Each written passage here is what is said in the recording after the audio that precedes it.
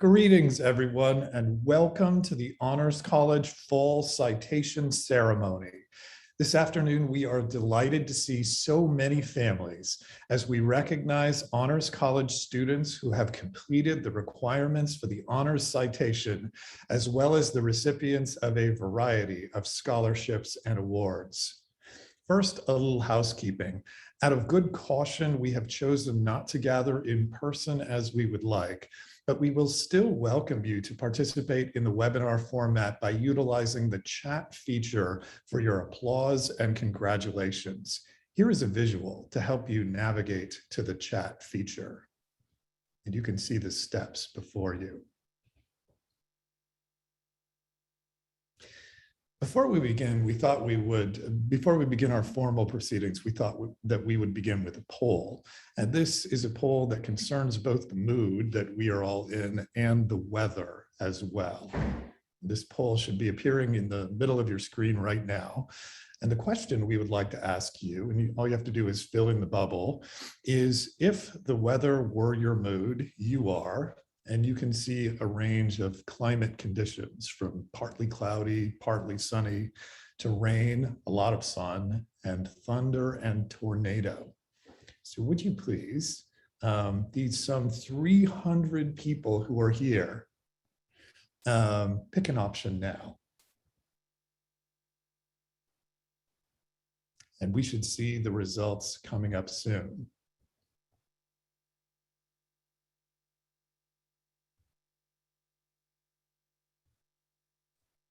I see someone mentioning in the chat, thunder. And I can tell you this in advance, that if by any chance you are having a partly cloudy day and something a bit more rainy than that, I can pretty much guarantee you that by the end of this citation ceremony, your spirits will be lifted.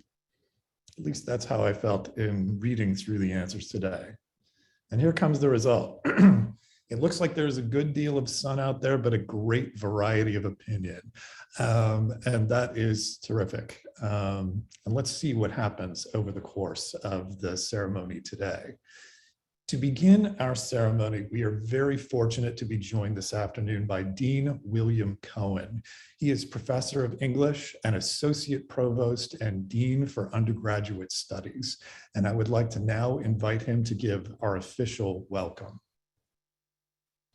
Thank you, Peter. It is bright and sunny with blue skies from my office, and it's a wonderful afternoon to see all of you and greet you on this auspicious occasion. I am so thrilled to welcome everyone here on behalf of the Office of Undergraduate Studies and the university to say how proud we are of the students who have accomplished so much to get to this point of recognition and this distinctive turning point in their college careers. We're so proud of you for all that you've accomplished to receive your honor citation at this point. We know it hasn't always been easy. It's been a tough, challenging couple of years, and you've persevered. You've done great work to get to this point, and it hasn't always been under the easiest circumstances, but we're just incredibly proud of the work you've done. We know how important the connection to the Honors College and to your Living Learning program has been.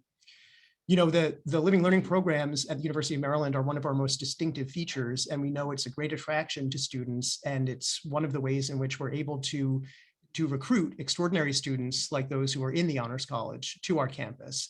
And we're incredibly proud of the work these programs do and of all that you do and you accomplish to make us look good in your programs. So thank you. Congratulations on having gotten here.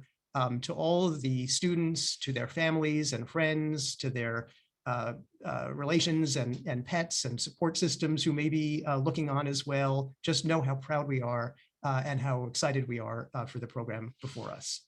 Thank you all, and thanks, Peter.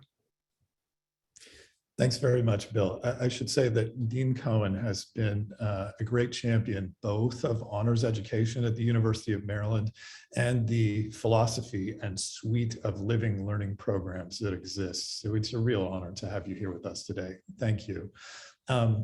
We are about to plunge into our formal ceremony, but we thought we would begin with one more poll. The holidays are near.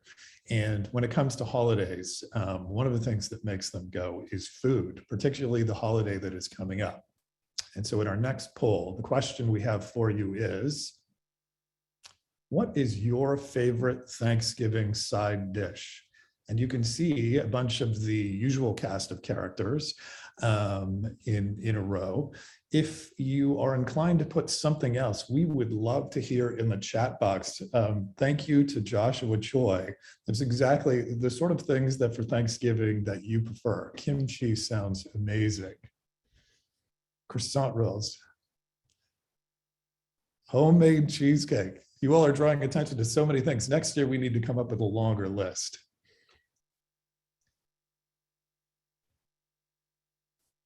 I must confess, I don't know what monkey bread is. Sounds like I have something to learn about this.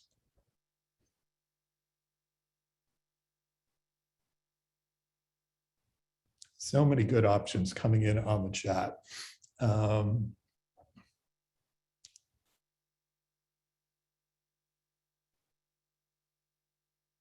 Wow, okay, so another vote for monkey bread. Lots of good stuff. Dumplings, apple pie. I have to say, you all, my personal favorite is mashed potatoes. I believe mashed potatoes. It sounds like 31% of the people agree with me. But the winner is stuffing and dressing, perhaps as it should be.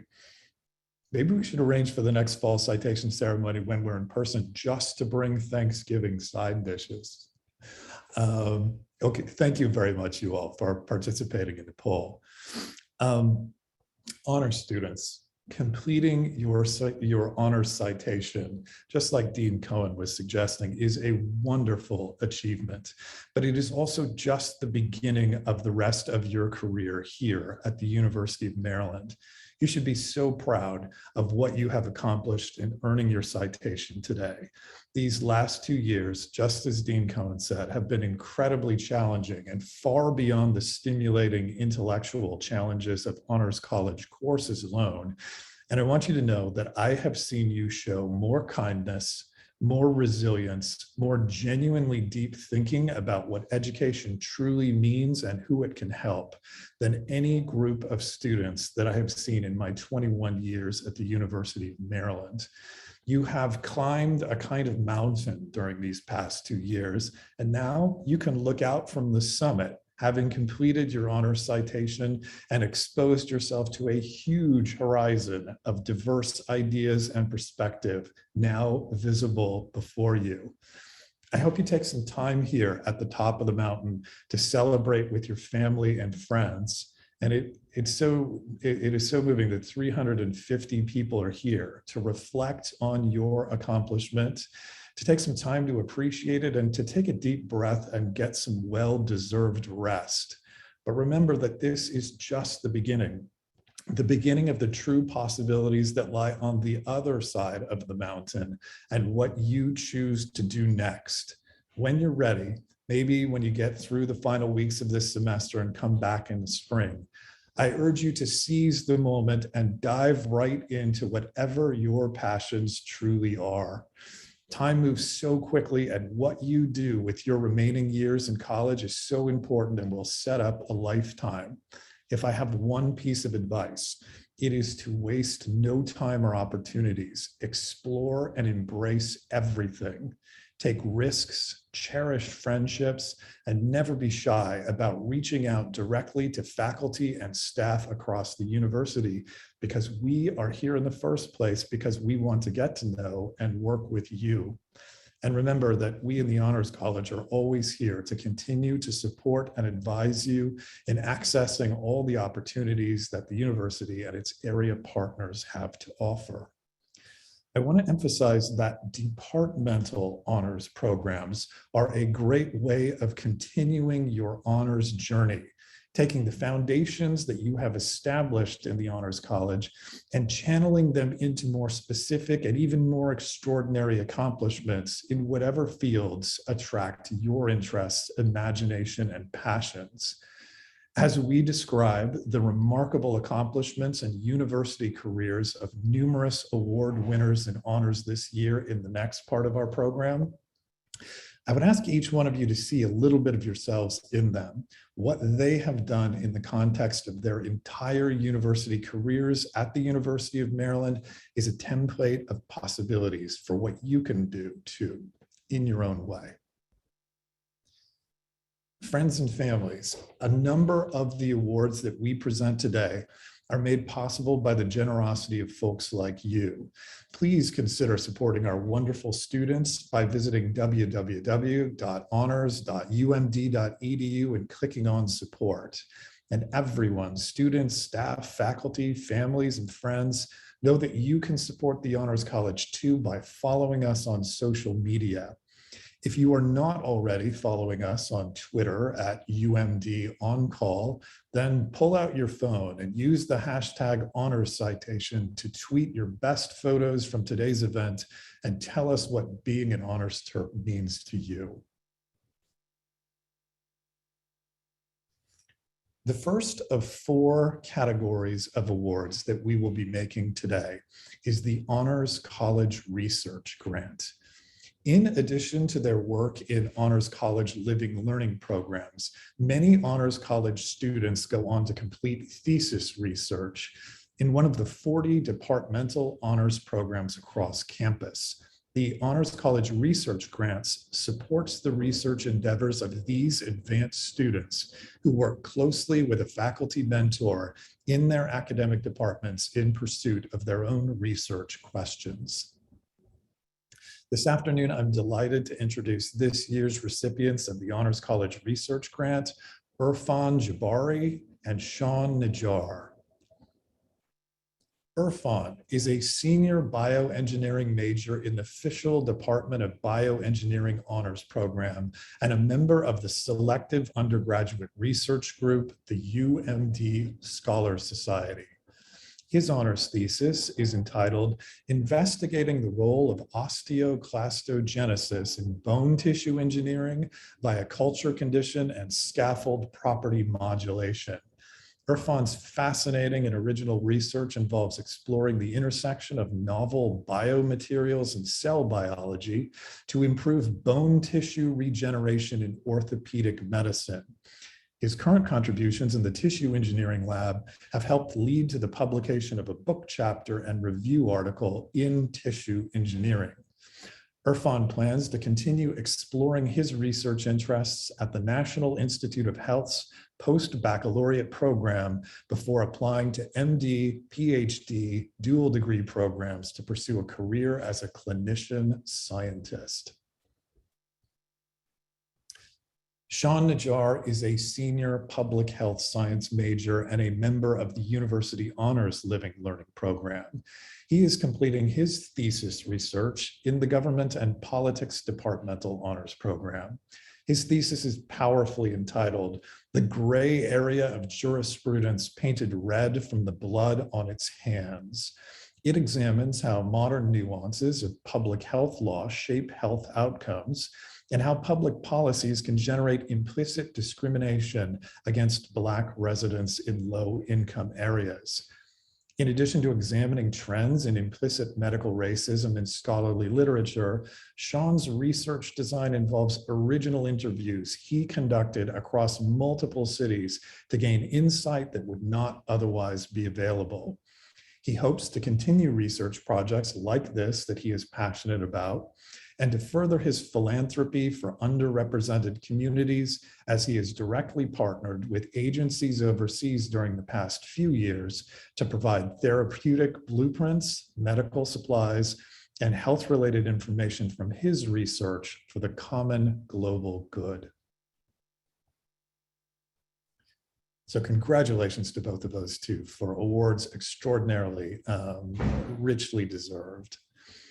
Our second category of awards today is the Honors College Family Endowed Scholarships.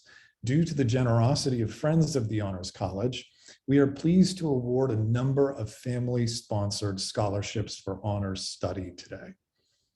The first of these are 4 TERP START family scholarships: the Konikoff-Rudman, the Lebonsky, the Marinigo, and the O'Rourke family scholarships, respectively.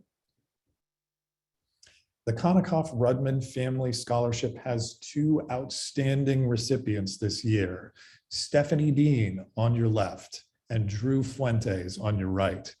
Stephanie Dean is a senior mechanical engineering major in the University Honors Program, and Drew Fuentes is a senior environmental science and policy major concentrating in culture in the environment and also in the University Honors Program.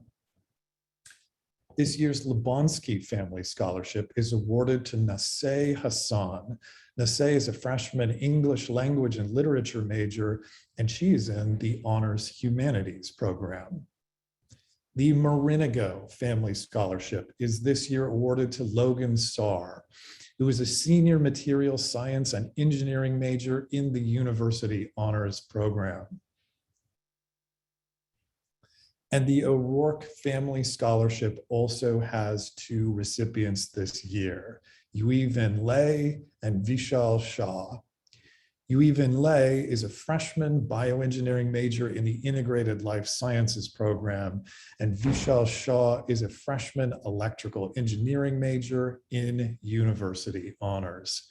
Congratulations to all 6 extraordinary recipients for this exceptional accomplishment, and many thanks as well to the Konikoff-Rudman, Lebonsky, Marinigo, and O'Rourke families for making it possible. The third category of award today, and other Honors College Family Endowed Scholarship, is the David Goff Scholarship, which is awarded to an Honors College student participating in the Integrated Life Sciences, or ILS program, who has demonstrated a commitment to pursuing a career in medicine. This scholarship is made possible by the generous donation of Michael and Ellen Glazer in the memory of their dear friend, Dr. David Goff, who was a podiatrist from Montgomery County, Maryland. The David Goff Scholarship this year is awarded to Angela Sun. Angela is a junior majoring in bioengineering with a minor in Spanish. She's also a Banneker Key Scholar and an active member of the ILS community. This past spring semester, she was a teaching assistant in the ILS course Principles of Genetics, where she designed lesson plans and facilitated discussions on genetics and real-world applications.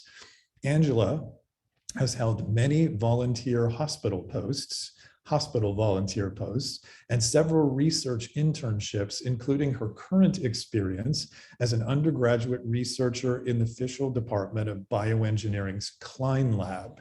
Here, her participation in research on the effect of healthy and diseased extracellular vesicles on other cell functions and metabolism has formed the basis of her honors thesis. From her work in the Klein Lab, Angela has contributed to a research publication, received an MTech Aspire Award, and presented a poster of her work at the Biomedical Engineering Society's 2021 annual meeting. And if that were not enough, Angela is also the founder and president of the Every Child Project, a free online tutoring service for K through 12 students to serve families in need throughout Montgomery, Prince George's, and Baltimore counties. This project, which draws on Angela's passionate enthusiasm for combating educational inequity, serves over 150 families. It incorporates over 80 tutors and has now become institutionalized here at the University of Maryland as a student organization, making a permanent difference in the university. After graduation, Angela hopes to attend medical school and pursue work as a pediatric specialist. And I have no doubt, as is also the case with all the other award winners and citation receivers today, that she will change the world in unimaginable ways. So before we move to our final category of award, we're going to have one more poll. And this poll, picking up on Angela's future career path, is a poll concerning doctors. And here, the poll will confront you with the question of grave importance of which doctor you would rather meet. And here you will see a list of various doctors, some of them famous and illustrious, some of them less so. And you'll have a final option.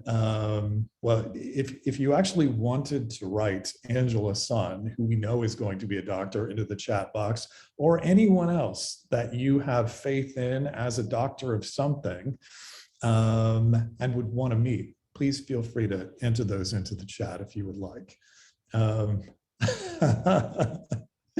Dr. Love is an excellent suggestion. Dr. Gabrielle Dickerson. A name that we will be hearing more of soon.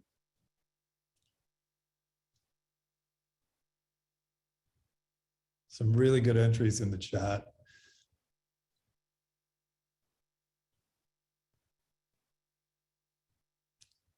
And we will have, it's very kind what someone wrote in the chat. Dr. John, the New Orleans musician. Madame Curie, powerful, powerful entry. A lot of votes for Dr. Fauci. Dr. J is probably the one that I would mark too. And we should have the results coming right now. And it looks like it is all over the board. Thank you very much. And especially for the original comments in the chat too. Our final category of awards today is the Ports Outstanding Honors Student Award. And this is an award that was established in 1978 in honor of the first director of the General Honors Program, Professor John Ports, who served in the role from 1966 to 1978. For Dr. Ports, student engagement and leadership were critical to the honors experience.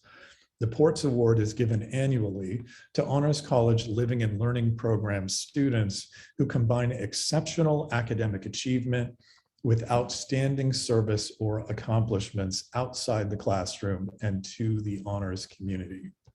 We are pleased to recognize the following extraordinary recipients, and this was a really competitive pool.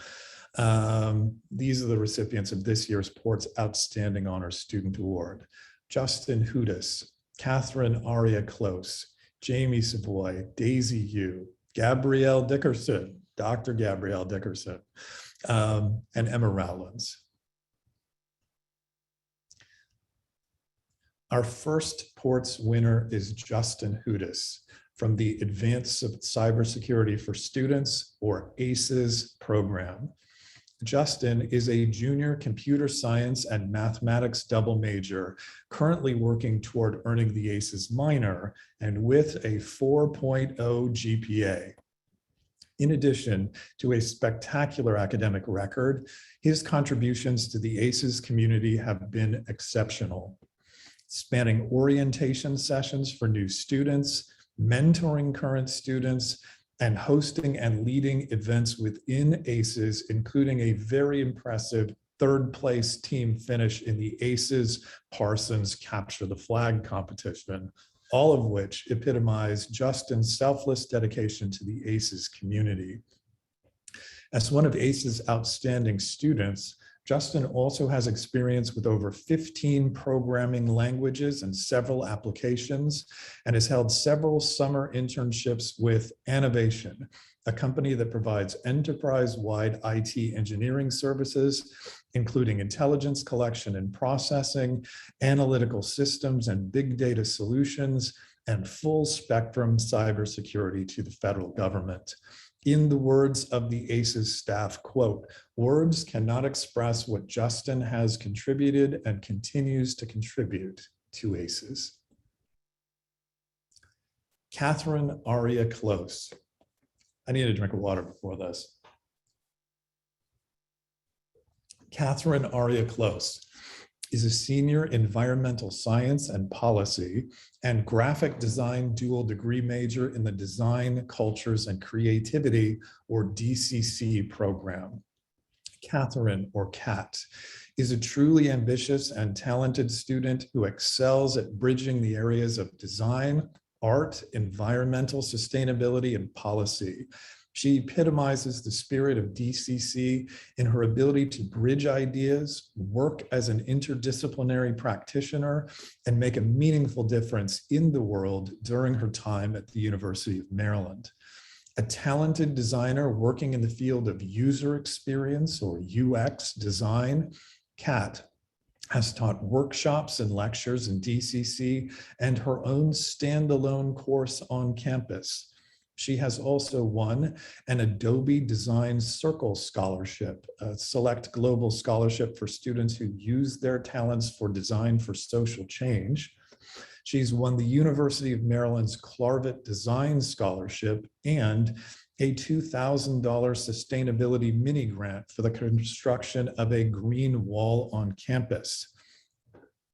Kat is the president of the American Ecological Engineering Club on campus. She is also the president and project lead of the American Ecological Engineering Society, and she is the co-leader, social media lead, and design lead of a 17+ member online art community known as Art Club. In the words of the DC staff, quote, "Kat is able to communicate her ideas in dynamic ways and connects with people, able to rally them to the causes that are close to her heart." Jamie Savoy is our third Ports winner today. Jamie is an outstanding student leader across the Gemstone program, a senior language and literature major with a concentration in cultural studies. That's English language and literature major with a concentration in cultural studies, and a full ride scholarship recipient in the Incentive Awards Program, or IAP.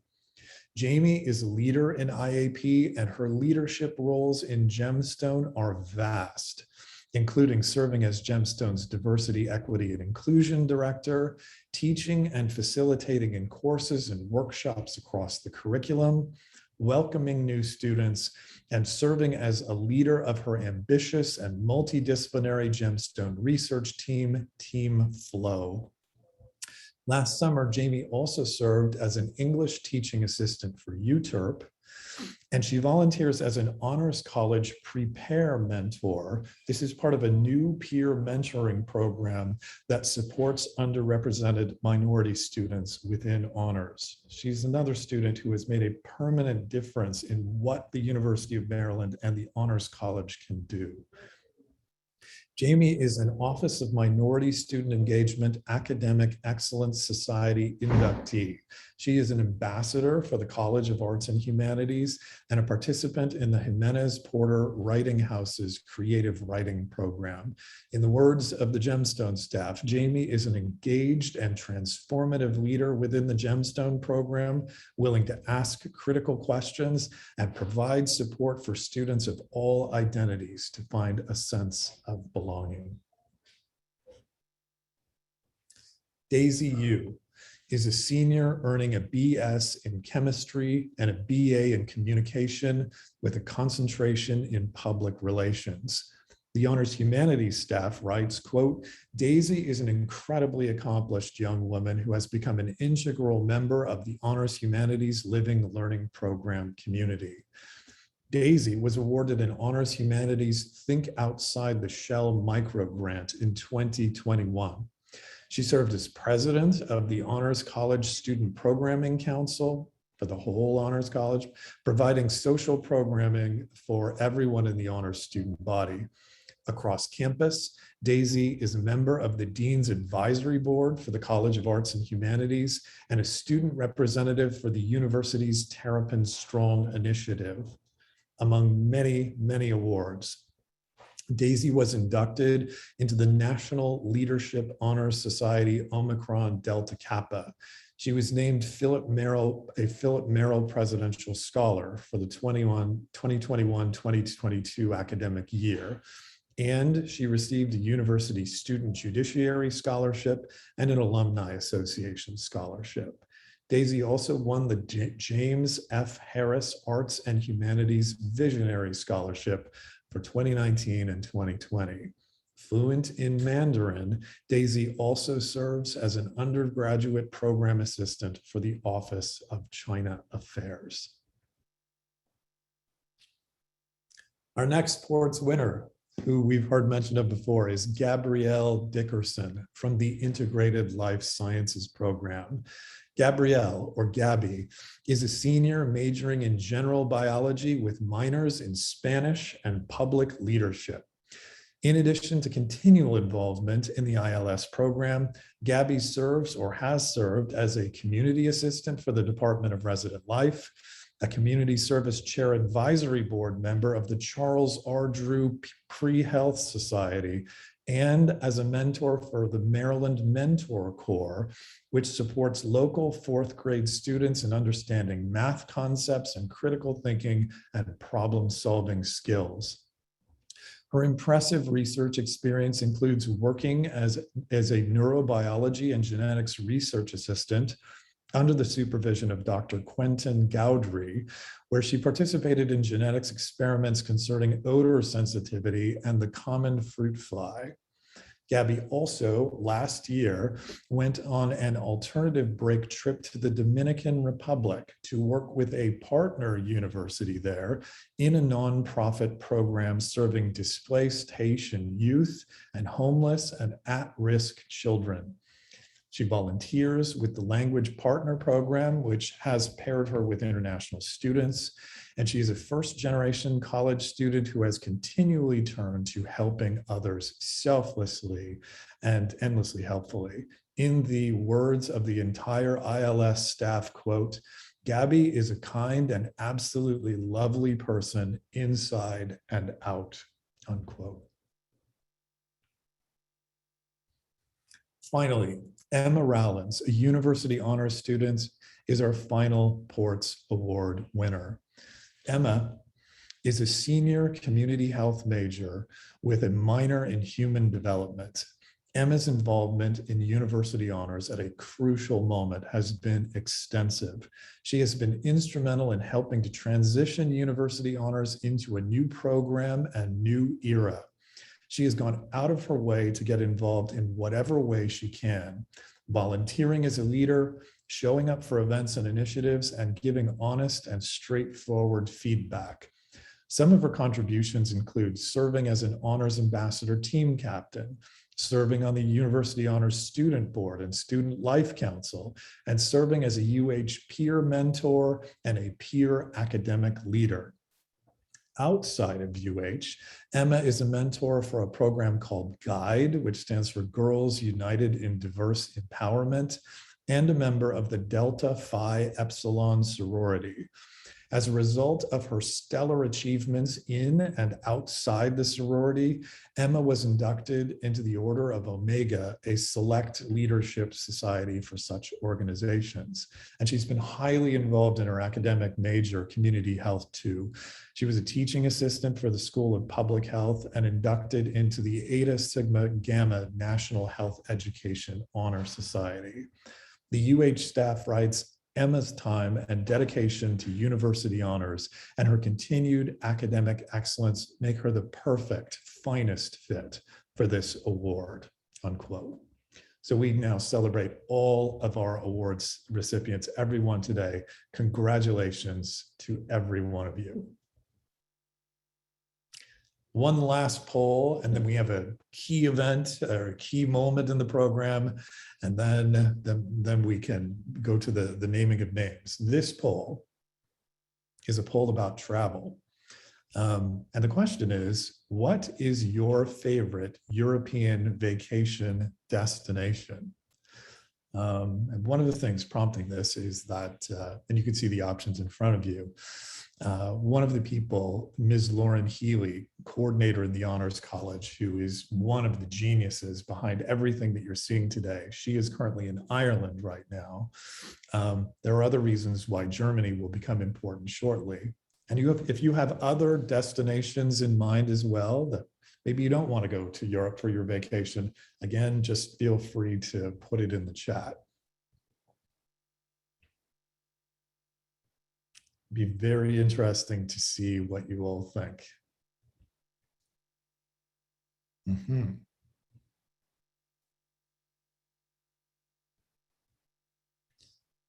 see one vote for Antarctica.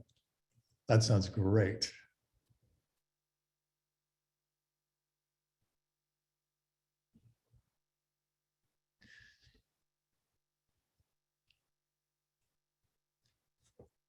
I'm sensing a great interest in travel in this group, and it turns out that Italy wins by a significant, well, there is a genuine spread of interest, both in the poll and in the chat as well.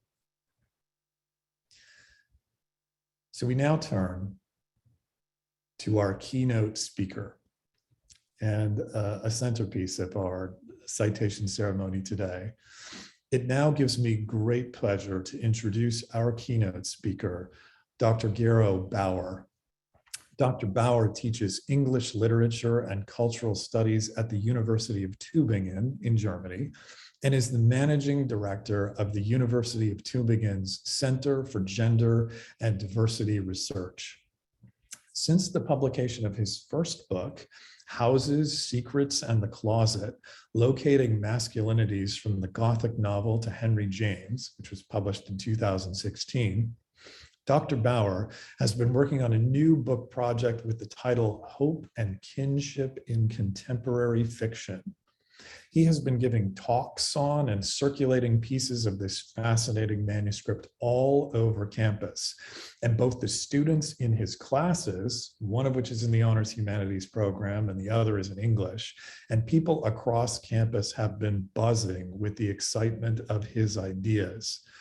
To talk with Dr. Bauer is to be in the hands of a masterful storyteller, one of large life experiences who thinks about big questions like the end of the future, attitudes of hope in the present, the meaning of childhood, and what kinds of kinship relationships are available to us, and every aspect of contemporary fiction From post-apocalyptic environmental devastation to zombies, to bodies and feelings and empathy, to global capitalism. Dr. Bauer's interests ranged from early modern natural philosophy to gender and literature to queer film, television, and pedagogies. And in this way, he, in my view, epitomizes the spirit of honors at its very best in the breadth of vision and care he brings to the important concerns he addresses. This fall term, we are excited to host him as our Honors College visiting professor here, specifically in the Honors Humanities Living Learning program, and he's also sharing time in the English department. And so without further ado, it gives me great pleasure to introduce Dr. Gero Bauer. Thank you so much. Hello, everyone. Welcome, a warm welcome from me. And Peter, thank you for those extremely kind words. I am so happy to be here. And also, for those of you who do not want to travel to Germany, my background is supposed to be a bit of an incentive. So even though I am in Maryland right now, what you can see in the background is the River Neckar in Tübingen, where I am usually based, and it really is a quite lovely place, and I can only encourage you to try and find your way there at some point.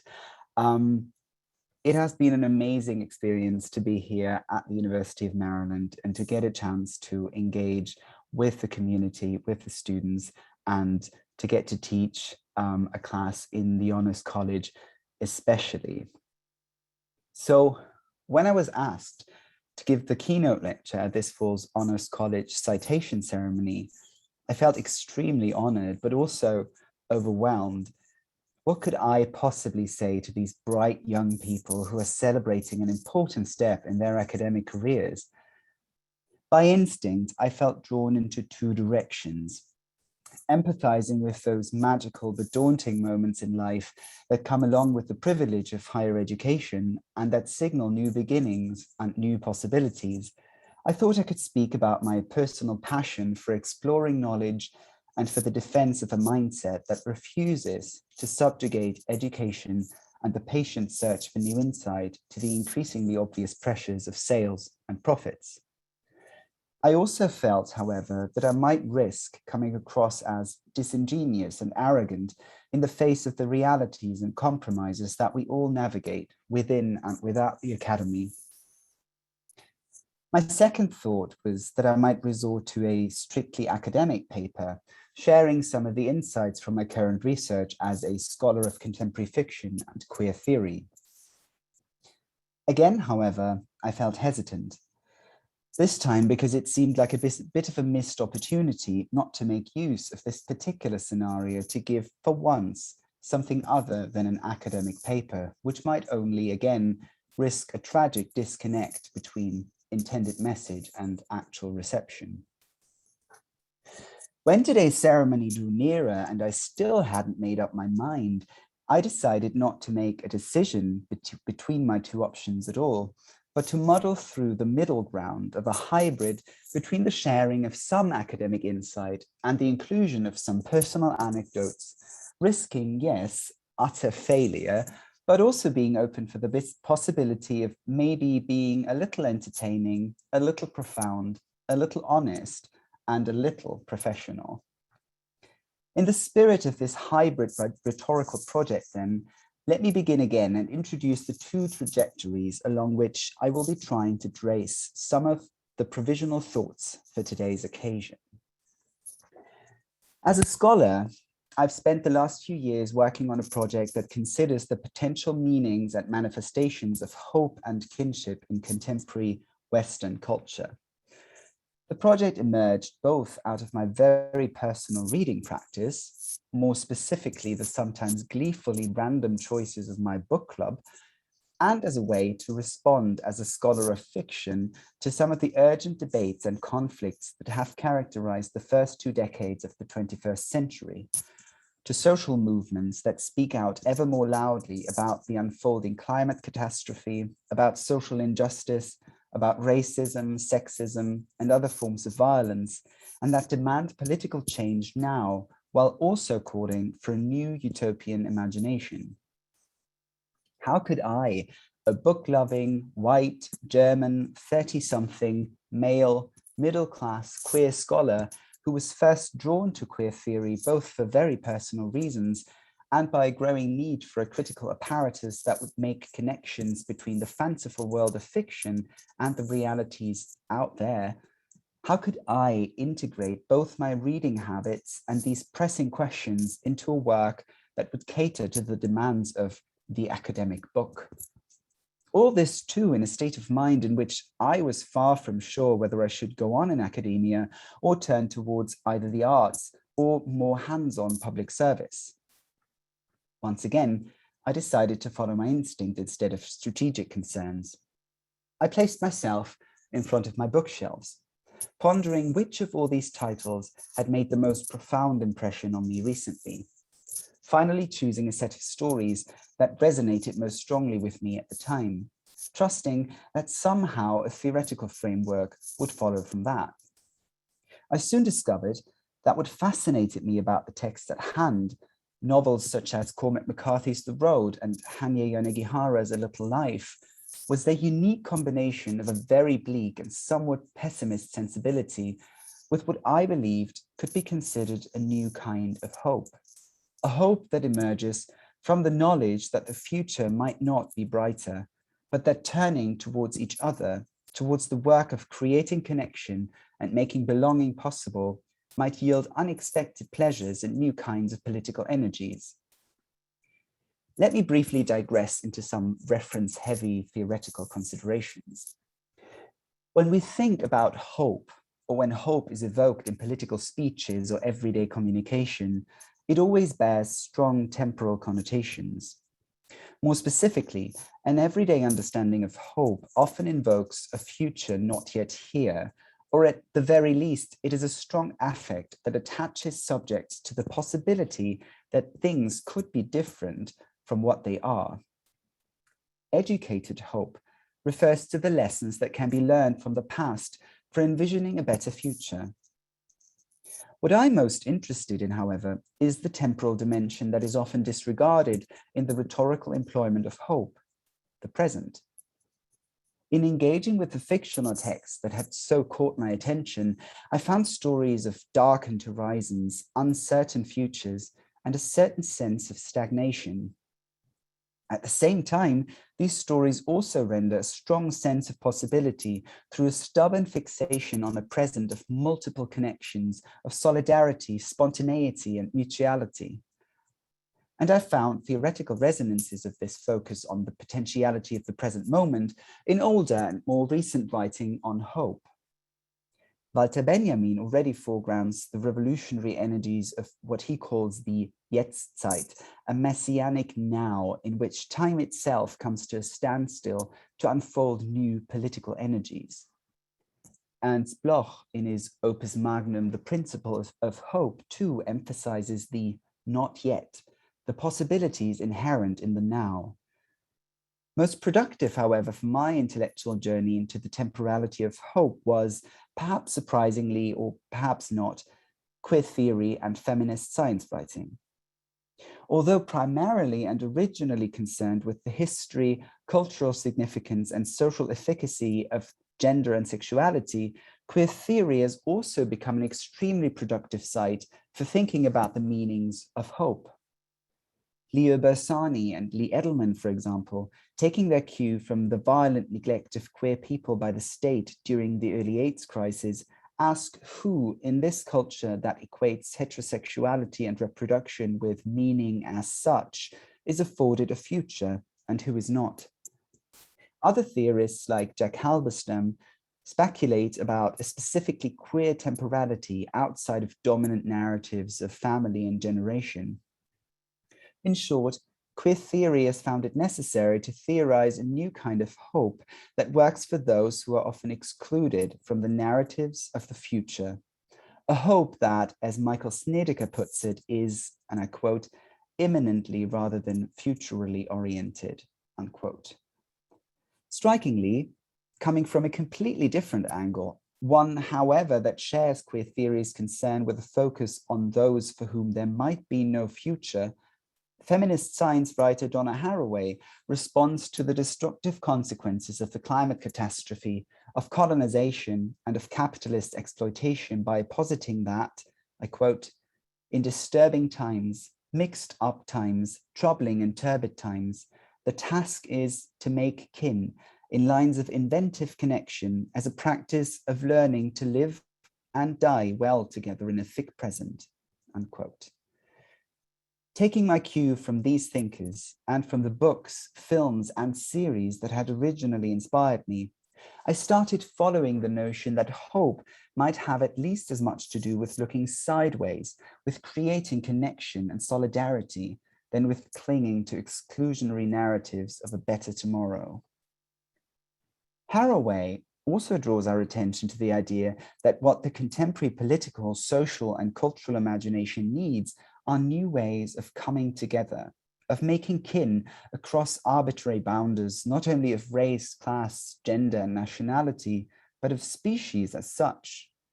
Haraway calls for nothing less than an acknowledgement of our entanglement in all the lively matter that constitutes life on this planet. She argues that we need to recognize our fundamental kinship with the earth and all its elements, and the intricate ways in which everything is connected to something else in order to be able to properly understand life and loss, and to begin to work towards taking better care of each other.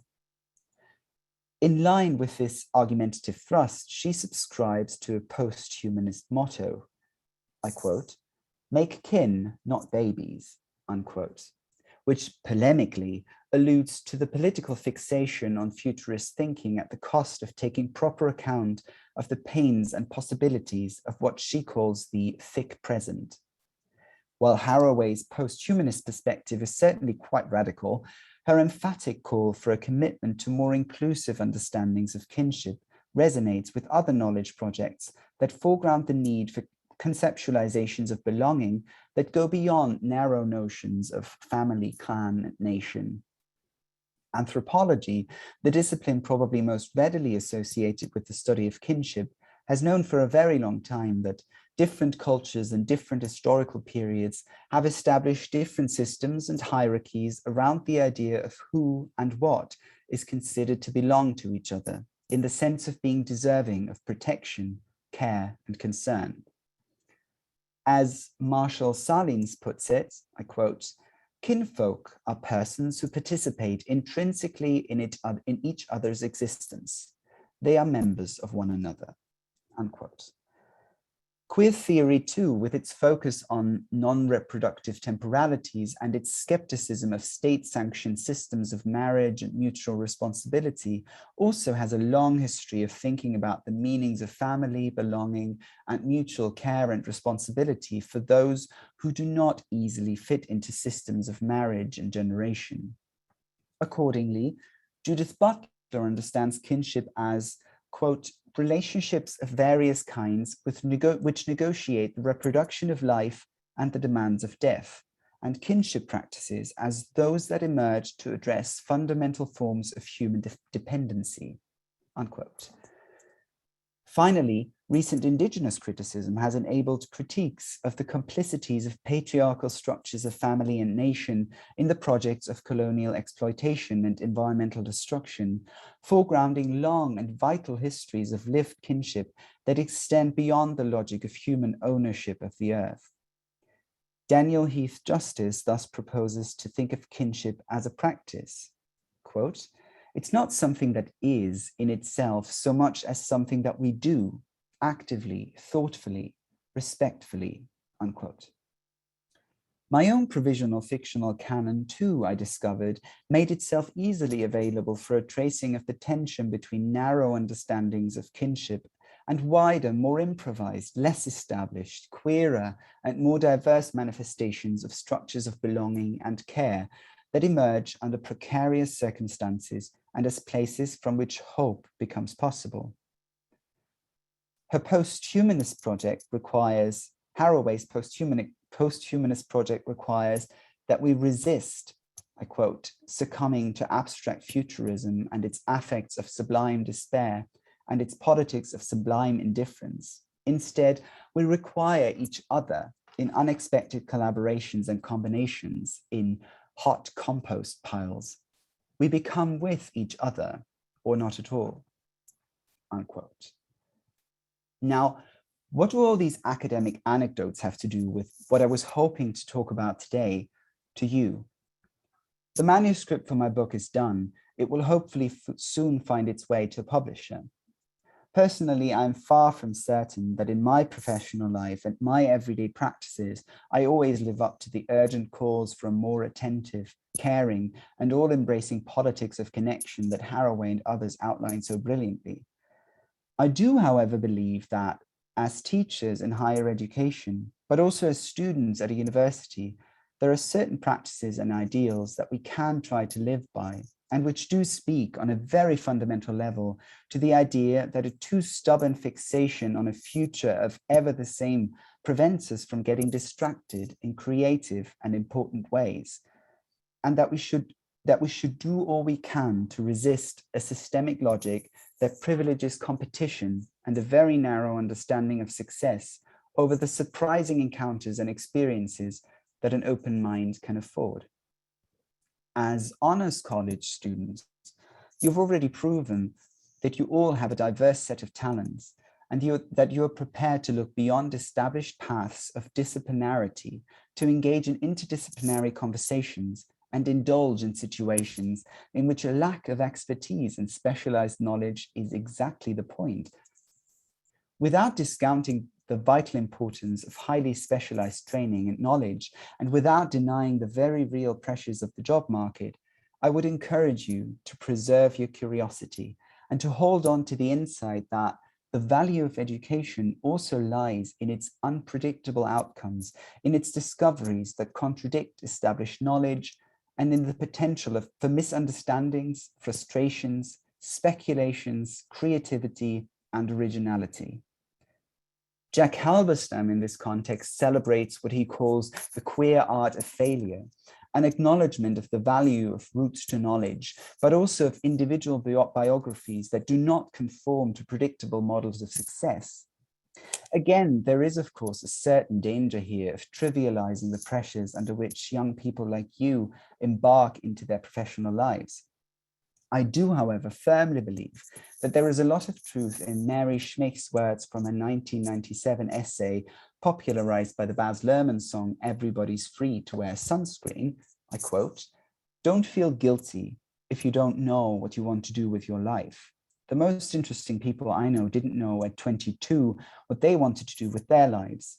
Some of the most interesting 40-year-olds I know still don't," unquote.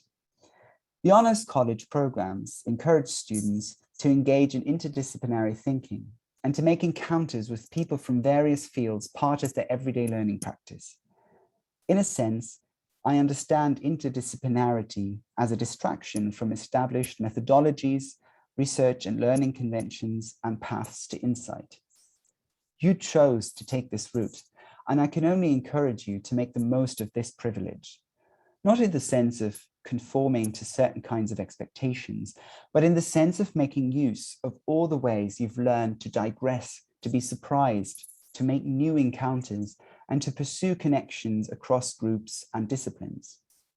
These skills will enable you, I'm sure, to dare to be attentive to the needs of the present and to the potential lines of connection that can be forged across divides. In this spirit, congratulations, students, on the completion of your honors citations. Thank you so much, Garo, for those thoughtful, eloquent, and deeply caring remarks. We really appreciate it, and we are truly honored to have you here with us this fall. Everyone, it is now time for us to conclude this general section of our citation ceremony program. Before we move forward, I would like to thank Dr. Tracy Dula, Associate Director of the Honors College, for her usual masterful dedication and care in preparing the ceremony today.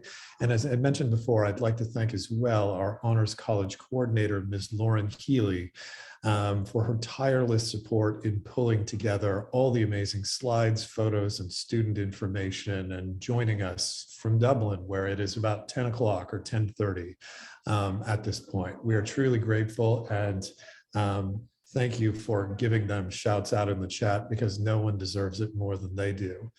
I also want to thank the distinguished musicians, Mahika Kulkarni and Jane Lee, Jessica Strongen, and Maggie Johns, for giving us the wonderful music that was part of this ceremony today. And we also want to welcome back and express our warm appreciation of our close and irreplaceable honors colleagues, Mr. Jay Smith and Ms. Catherine Zamoda, who will always be a part of the honors family. And they will be generously hosting the EIP ceremony in just a moment. So at this point in the program, we will transition to the individual living learning program reading of names. This will afford you and your programs an opportunity to celebrate with your immediate community in a way that we hope is warm and meaningful to you. So you will see the link to the individual LLP ceremonies in the chat. When you do, please click on the link to attend your or your student's LLP. Please note that you are not looking for your student's major. You need to know the Living Learning Program, the LLP. You need to know DCC, ACES, University Honors to get to the appropriate room. If you happen to click on the wrong link or otherwise lose your way, don't worry, just come back to the main Zoom session, and some of us in the Honors College will remain in the webinar if you need assistance. So now I'm going to call each LLP one at a time. And when I do, the link will appear in the chat.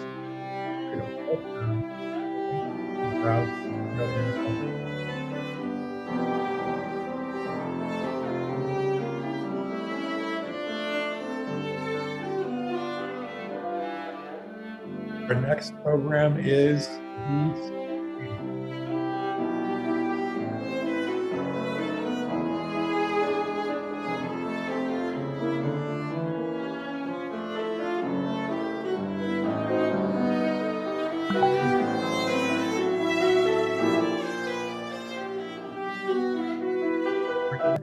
program is Honors Identity.